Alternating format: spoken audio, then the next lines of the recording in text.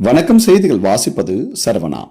வாலாஜா தாலுகா அலுவலகத்தில் கிராம நிர்வாக அலுவலர்கள் 3வது நாளாக காத்திருப்பு போராட்டம் நடத்தி வருகின்றனர். ராணிப்பேட்டை மாவட்டம் வாலாஜா வட்டாட்சியர் அலுவலக வளாகத்தில் தமிழ்நாடு கிராம அலுவலர் சங்கம் சார்பில் 6 அம்ச கோரிக்கைகளை வலியுறுத்தி மாநிலம் தழுவிய தொடர் 3வது நாளாக காத்திருப்பு போராட்டம் சங்க மாவட்ட தலைவர் சிவக்குமார் தலைமையில் நடைபெற்றது. இதில் மாவட்ட செயலாளர் பார்த்திபன் முன்னிலை வகித்தார். வட்ட பொருளாளர் கார்த்தி அனைவரையும் வரவேற்றார்.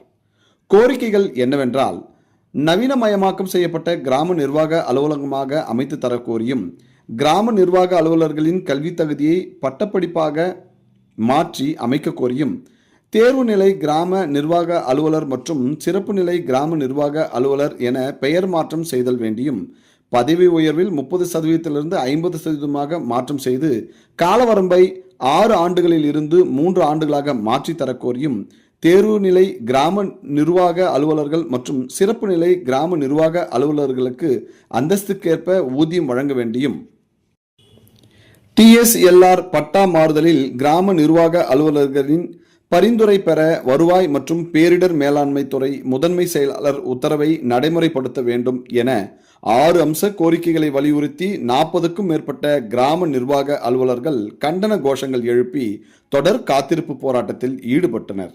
செய்திகளுக்காக டான் மேத்தா. உறுப்பினர் ஒற்றுமை கிராம சங்கம் உறுப்பினர் ஒற்றுமை போராட்டம் இது போராட்டம் போராட்டம் இது போராட்டம் போராட்டம் இது போராட்டம் போராட்டம் இது போராட்டம் கிராம நிர்வாக அலுவலர்களின் காத்திருப்பு போராட்டம்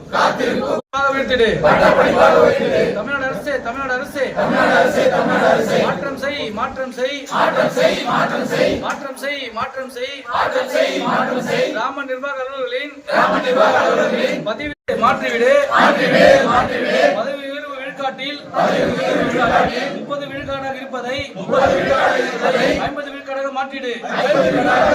தமிழ்நாடு அரசு தமிழ்நாடு அரசு வஞ்சிக்காதே வஞ்சிக்காதே.